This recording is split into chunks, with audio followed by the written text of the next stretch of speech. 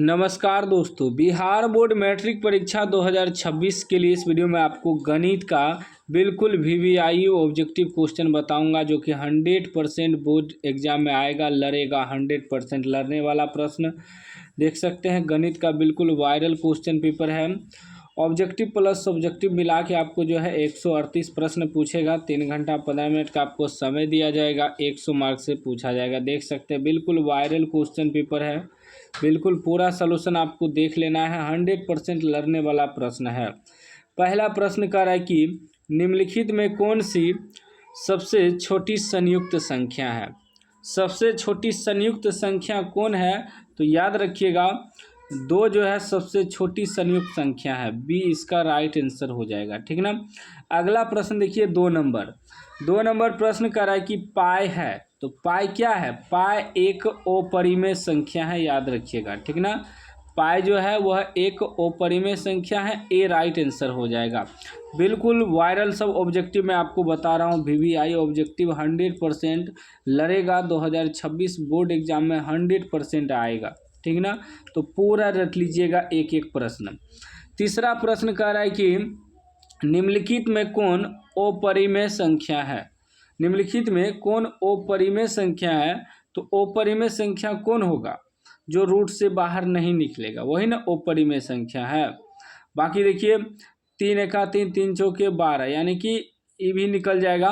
1/2 इसका वर्गमूल निकलेगा, ये भी रूट से बाहर निकल गया। 7 को एक बार में काटेंगे, 1 का वर्गमूल 1 निकल जाएगा। ये √2 गुना √2 करेंगे तो 2 हो जाएगा। यह जो है रूट से बाहर नहीं निकलेगा, बी ऑप्शन। क्योंकि देखिए कटाएंगे तो 2 एका 2, 2 पंचे 10, यानी कि रूट में बच गया 1/5। 1/5 का तो वर्गमूल निकलता नहीं है, तो यानी कि बी ऑप्शन आपका क्या है, अपरिमेय संख्या है, ठीक ना। अगला प्रश्न देखिए 4 नंबर प्रश्न कह रहा है कि 2 संख्याओं के लस तथा मस बराबर है तो संख्याएं है। 2 संख्या का जब लस और मस दोनों बराबर होगा तो बराबर संख्या होगा, ठीक है ना। क्या होगा, बराबर संख्या। कोई भी संख्या देखिए 4 या 4 ले ले तो इसका लस और मस दोनों बराबर निकलेगा। यदि हम 5 5 ले ले तो इसका लस और मस दोनों बराबर निकलेगा। तो कोई भी 2 संख्या बराबर होगा तभी उसका लस और मस बराबर होगा। तो क्या हो जाएगा, दोनों बराबर संख्या, यानी कि बी राइट आंसर हो जाएगा।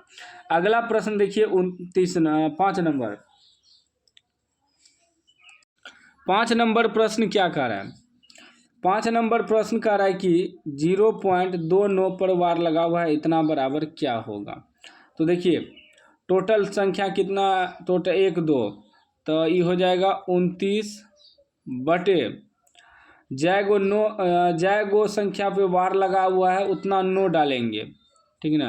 तो 2 संख्या पे वार लगा हुआ है तो 2 को 9 डाल देंगे, ठीक है ना। इसके बाद कोई भी संख्या नहीं है जो ऊपर में घटेगा, सिर्फ 0 है तो 0 नहीं है घटेगा, यानी कि 29/99 ही आ जाएगा।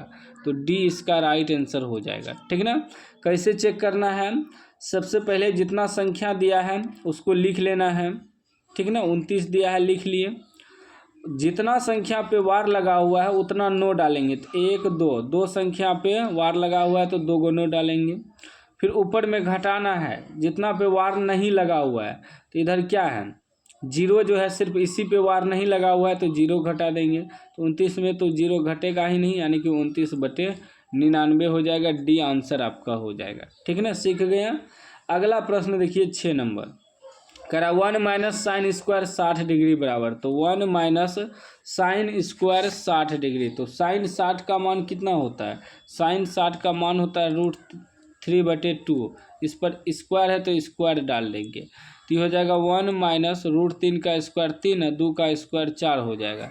जब एलसीएम लेंगे तो 4 आएगा, और 4 एका 4 - 3, भिन्न का घटा करना है, यहाँ कुछ नहीं है तो 1 है, तो 4 में से 3 घटेगा तो 1/4, तो यानी कि 1/4 आपका आंसर निकलेगा। सी ऑप्शन सही हो जाएगा, ठीक ना।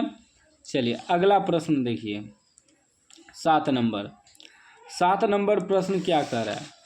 7 नंबर प्रश्न कह रहा है निम्नलिखित में किसका दशमलव प्रसार शांत है। देखिए दशमलव प्रसार उसी का शांत होगा जिसके हर के गुणनखंड में 2 पर पावर m गुना 5 पर पावर n के रूप में आएगा, या केवल 2 पर पावर m, 5 पर पावर n, या दोनों एक साथ आ सकता है या दोनों अलग अलग आएगा, तभी शांत होगा। ठीक है ना। तो हर का गुणनखंड करेंगे, जैसे कि 7/40 है, तो 2 दूनी 4 दूनी 8, 8 पंचे 40, यही यहाँ पूछ रहा है शांत है, यही शांत है। देखिए 7, 2 पर पावर 1 2 3, 2 पर पावर 3 गुना 5 पर पावर n, मतलब 1, कुछ नहीं है तो 1, तो यही आ गया इस रूप में। देखिए है ना, तो यही आपका शांत हो जाएगा। इसके अलावा जैसे 7 तिया 21, 7 3 आ गया, वो शांत होगा, ये भी वो शांत होगा, ये भी वो शांत होगा। 7 नंबर का आंसर क्या हो जाएगा, ए हो जाएगा। ए आपका राइट आंसर हो जाएगा 7/40। ठीक है ना। चलिए अगला प्रश्न देखिए 8 नंबर। 8 नंबर प्रश्न कह रहा है कि निम्नलिखित में किसका दशमलव प्रसार अशांत है। क्या कह रहा है, अशांत है। तो अशांत में क्या होगा, या तो 2 पर पावर m, 5 पर पावर n, या दोनों एक साथ आ सकता है, 2 पर पावर m गुना 5 पर पावर n। ठीक है ना, तभी शांत होगा, वरना क्या हो जाएगा, अशांत। तो 8 को तोड़ेंगे तो 2 दूनी 4 दूनी 8। ठीक है ना, तो आ गया 5/2 पर पावर 3, ये शांत है। ठीक, 5 तिया 15, ये भी शांत है, ये भी। उसके बाद इसको भी तोड़ेंगे तो ये भी शांत निकलेगा, ये अशांत निकलेगा। 343 को यदि हम तोड़ते हैं तो 7 से तोड़ेंगे, 7 चौके 1800, 7 नमा 63, 7 सते 49, हाँ 7 7 आ रहा है, तो ये हो जाएगा 31/7 पर पावर 3, तो 7 आ गया, तो ये अशांत होगा। ठीक है ना। वैसे जैसे ही 5 तिया 15 है, इसको भी अशांत माना जाएगा। ठीक है ना, क्योंकि 3 आ रहा है। ठीक, लेकिन एक चीज़ है कि इसमें पूरा भाग दीजिएगा तो पूरा पूरी कट जाएगा। अशांत वह होता है जिसमें पूरा पूरी भाग नहीं लगता है, लेकिन इसमें भाग लग जाता है 15/6 में। ठीक है ना, दशमलव डालेंगे तो 60 हो जाएगा, 15 चौके 60 कट जाएगा। ठीक है ना, तो यह भी आपका शांत हो जाएगा। ठीक, चलिए इसका राइट आंसर क्या हो जाएगा, डी हो जाएगा 31/343, क्योंकि 343 में जो है हर का गुणनखंड 7 पे पावर 3 आ रहा है, तो क्या है, वो शांत है। ठीक है ना। चलिए अगला प्रश्न देखिए 9 नंबर। 9 नंबर प्रश्न कह रहा है कि 400 के अभाज्य गुणनखंड में 5 का घातांक है। 400 के अभाज्य गुणनखंड में 5 का घातांक है, 5 का घातांक क्या होगा। ठीक ना, तो 400 को तोड़ेंगे। ठीक, 2 से तोड़ेंगे 200, फिर 2 से तोड़ेंगे 100, फिर 2 से तोड़ेंगे 50, फिर 2 से तोड़ेंगे 25, फिर 5 से तोड़ेंगे 25। क्या आ गया, 1 2 3 4, 1 2 3 4, 2 पर पावर 4 गुना 1 2, 5 पर पावर 2। हमें क्या पूछ रहा है कि अभाज्य गुणनखंड में 5 का घातांक, तो 5 पर कितना पावर आया, 2, 5 का घातांक क्या हो जाएगा, 2, यानी कि ए राइट आंसर हो जाएगा। ठीक ना। चलिए अगला प्रश्न देखिए 10 नंबर। कह रहा यदि 130 बराबर 15 गुना 8 प्लस 10 तथा मास 130 15 का मास x, y हो तो x, y बराबर, तो 15 और 130 का मासा निकालना है, तो क्या निकलेगा मासा, 15 और 130 का मासा निकलेगा 15 आएगा ना, 10, फिर 10 से भाग देंगे 5, तो इसका राइट आंसर आपका हो जाएगा 15 10 हो जाएगा। ठीक है ना, क्या हो जाएगा, 15 10, ए राइट आंसर हो जाएगा, क्योंकि इसी से पूरा पूरी कट जाएगा।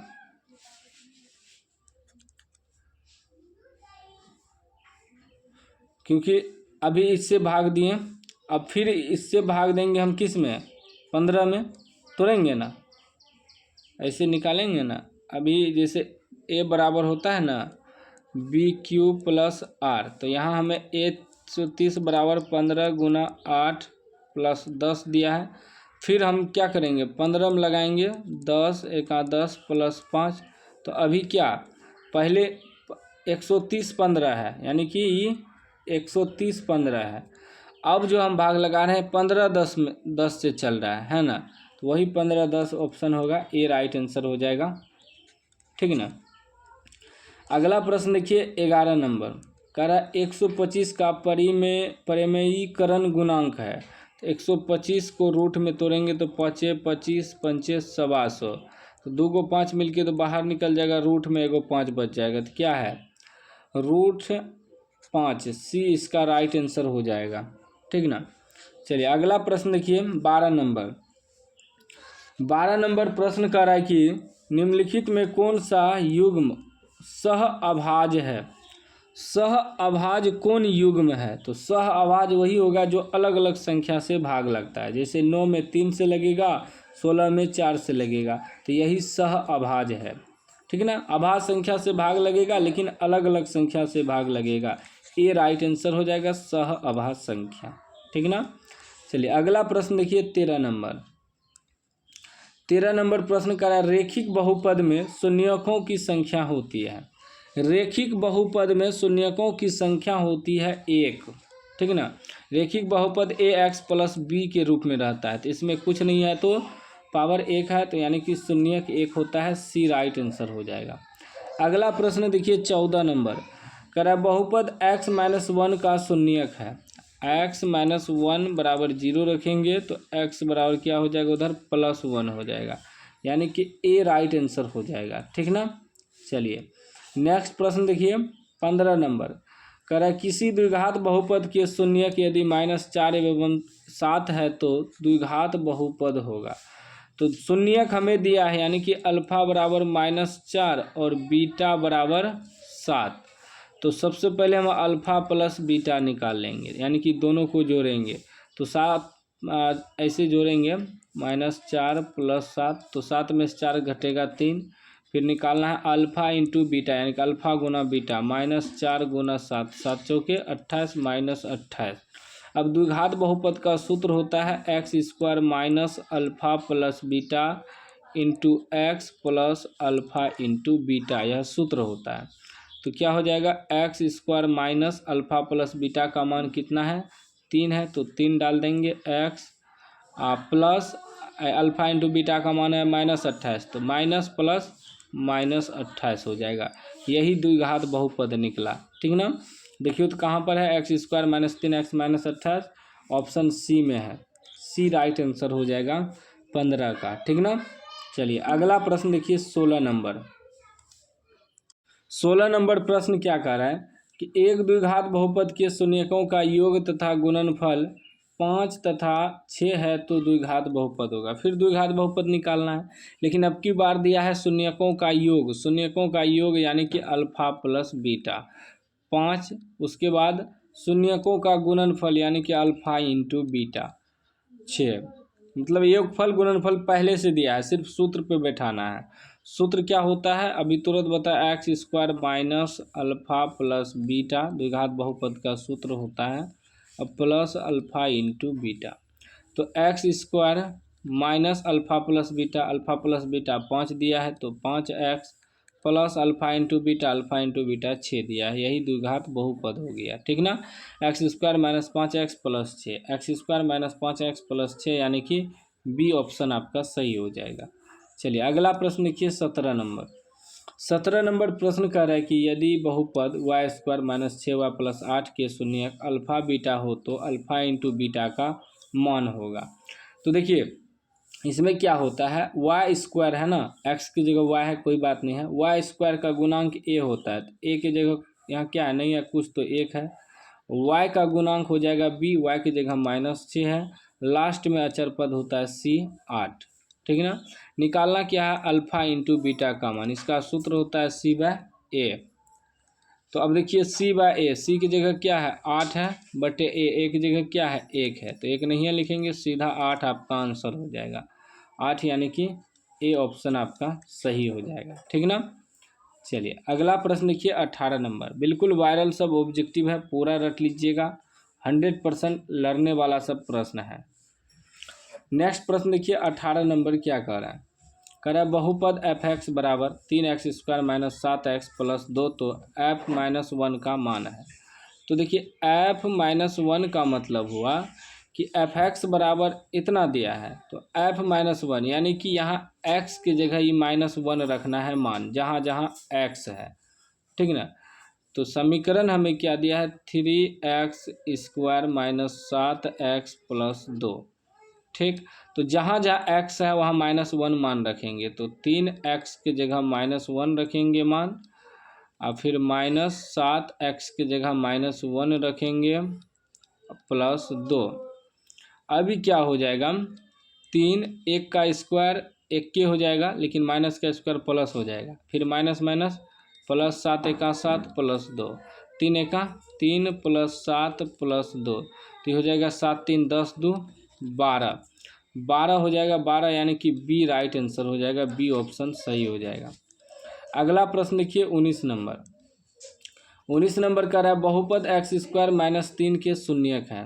क्या दिया है, x² माइनस 3 बराबर 0 रख देंगे, तो x² बराबर उधर +3 हो जाएगा, और x बराबर निकालेंगे तो रूट अंदर 3, रूट लगने के बाद एक बार प्लस में √3 एक बार माइनस में √3 हो जाएगा।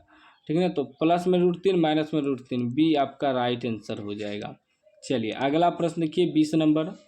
20 नंबर कह रहा है कि निम्न में कौन 6x माइनस 2y बराबर 0 तथा 10x प्लस 2y बराबर 32 का हल है, यानी कि x y का मान निकालना है आपको। ठीक ना, तो हल करेंगे। यहाँ समीकरण जो दिया है, समीकरण दिया है 6x माइनस 2y बराबर 0, उसके बाद ये है 10x प्लस 2y बराबर 32।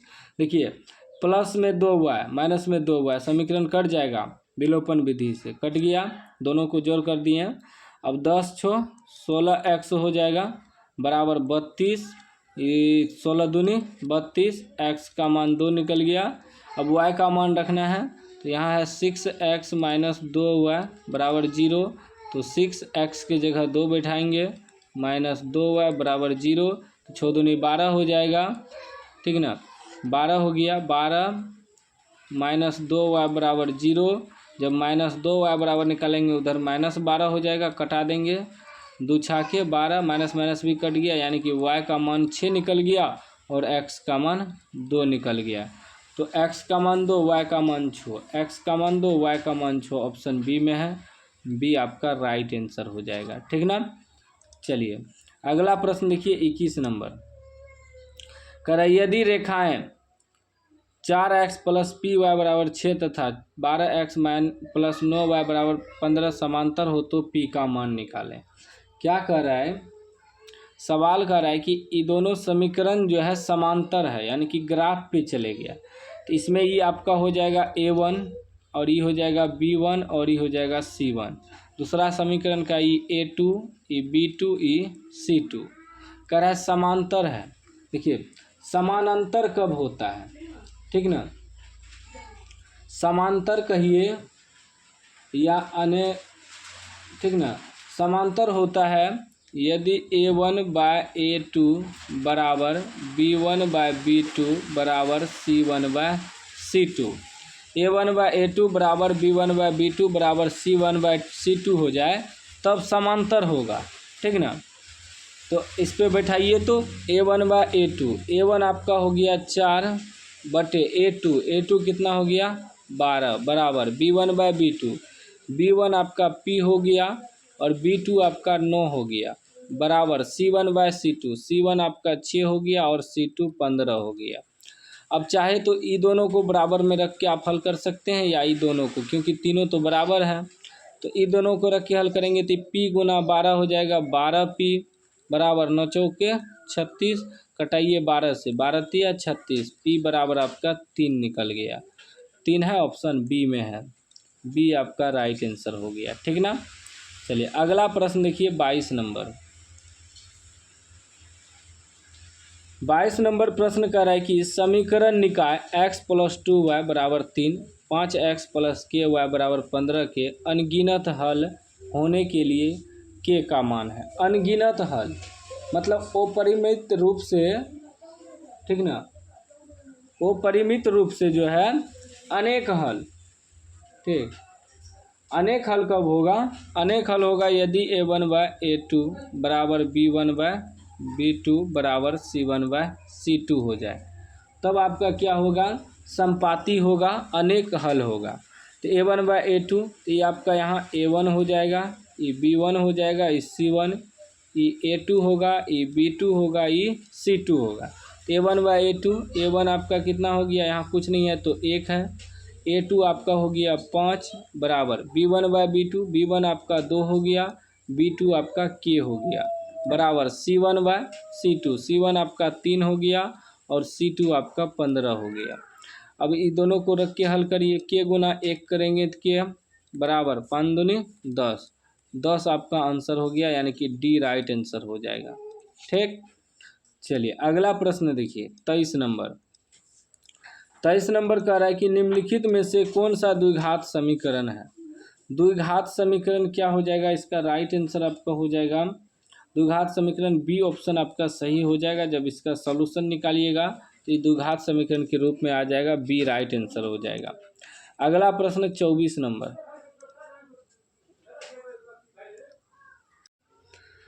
प्रश्न कर रहा है द्विघात समीकरण px² plus qx plus r बराबर 0 के मूल हैं, मूल निकालना है। px² plus qx plus r बराबर 0, इसमें सूत्र पूछा है, तो सूत्र आपका इसका राइट आंसर हो जाएगा मूल बराबर 0। यदि d बराबर 0 तो d का सूत्र होता है b² माइनस 4ac बराबर 0। तो x बराबर एक सूत्र होता है minus b plus minus root d बटे 2a। इसमें क्या है कि a के जगह p है, b के जगह q है और c के जगह r है।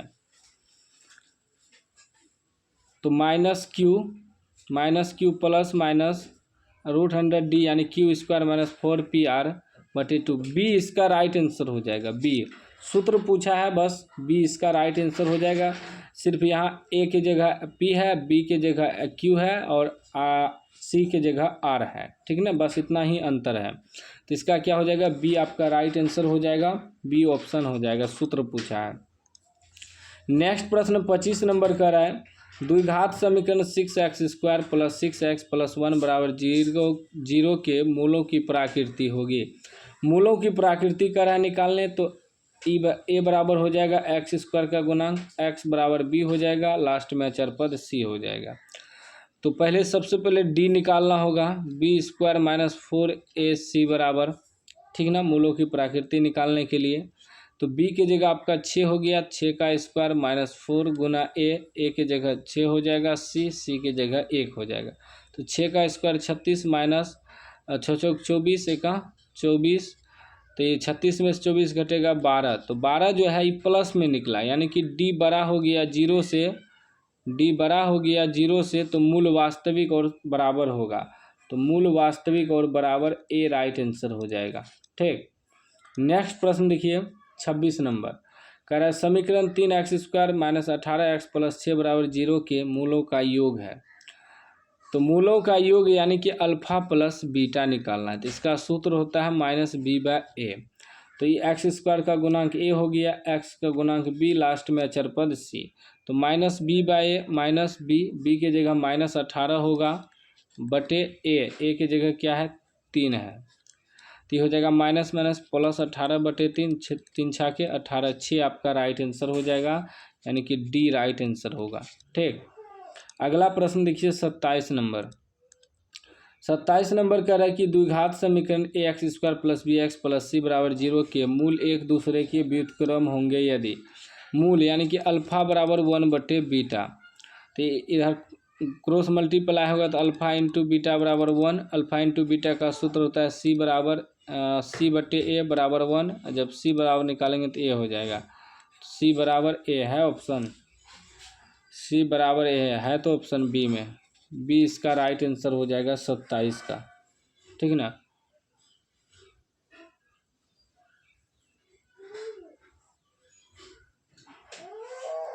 चलिए अगला प्रश्न देखिए 28 नंबर कह रहा समांतर श्रेणी 1/2,1 3/2,2, डॉट डॉट का 15वां पद है, 15वां पद निकालना है। तो ए बराबर आपका कितना हो जाएगा, पहला पद 1/2, उसके बाद डी निकालना है तो डी निकलेगा, दूसरा पद में पहला पद घटाएंगे यानी 1 में घटाना है 1/2 तो ये हो जाएगा 2 एका 2 घटा 1/2 यानी कि 1/2 निकलेगा डी। उसके बाद एन बराबर रखना है कितना, 15, 15वां पद निकालना है ना, तो सूत्र होता है ए एन बराबर ए प्लस n-1 इंटू डी। तो क्या हो जाएगा, ए एन बराबर ए कितना है आपका 1/2, 1/2 प्लस एन की जगह रखेंगे 15 -1 इंटू डी निकला है 1/2, तो हो जाएगा 1/2 प्लस 1 में से 15 में से 1 घटेगा तो हो जाएगा 14 गुना 1/2, 2 से घटा देंगे 7 बार में तो हो जाएगा 1/2 प्लस 7 कुछ नहीं है तो 1 एलसीएम 2 आ जाएगा तो हो जाएगा 1 प्लस 7 दूनी 14 यानी कि 15/2 निकल जाएगा। 15/2 है, ऑप्शन बी में है, बी इसका राइट आंसर हो जाएगा। चलिए अगला प्रश्न देखिए 29 नंबर, कह रहा है निम्नलिखित में कौन सा समांतर श्रेणी में नहीं है, समांतर श्रेणी में कौन नहीं है यह कह रहा है निकालने।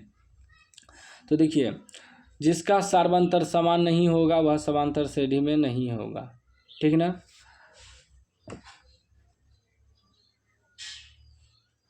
पहला तो नहीं है, ये भी नहीं होगा, 8 6 14 14 6 20 20 6 ये भी समांतर श्रेणी में है, ठीक ना। 6 4 10 15 यह नहीं है, यह समांतर श्रेणी में नहीं है, डी इसका राइट आंसर हो जाएगा, ठीक ना। निम्नलिखित में कौन सा समांतर श्रेणी में नहीं है, हाँ डी राइट आंसर होगा, समांतर श्रेणी में नहीं है पूछ रहा है, ठीक ना। यह नहीं पूछ रहा है कौन है, सिर्फ कह रहा है नहीं है, तो इसका मतलब जिसका सार्वंतर समान नहीं होगा वह नहीं है, क्योंकि 6 4 10 यहाँ 6 का अंतर है, यहाँ 5 का अंतर है, यहाँ भी 5 का अंतर है, यह समांतर श्रेणी में नहीं है, यानी कि डी ऑप्शन सही हो जाएगा, ठीक ना। इस वीडियो में इतना ही बताऊंगा, नेक्स्ट वीडियो में आपको आगे ऑब्जेक्टिव बताया जाएगा, तो चैनल को आप लोग सब्सक्राइब कर लीजिए और घंटी को दबा के ऑल कर लीजिएगा। नेक्स्ट वीडियो में आपको पूरा 100 ऑब्जेक्टिव तक कराया जाएगा।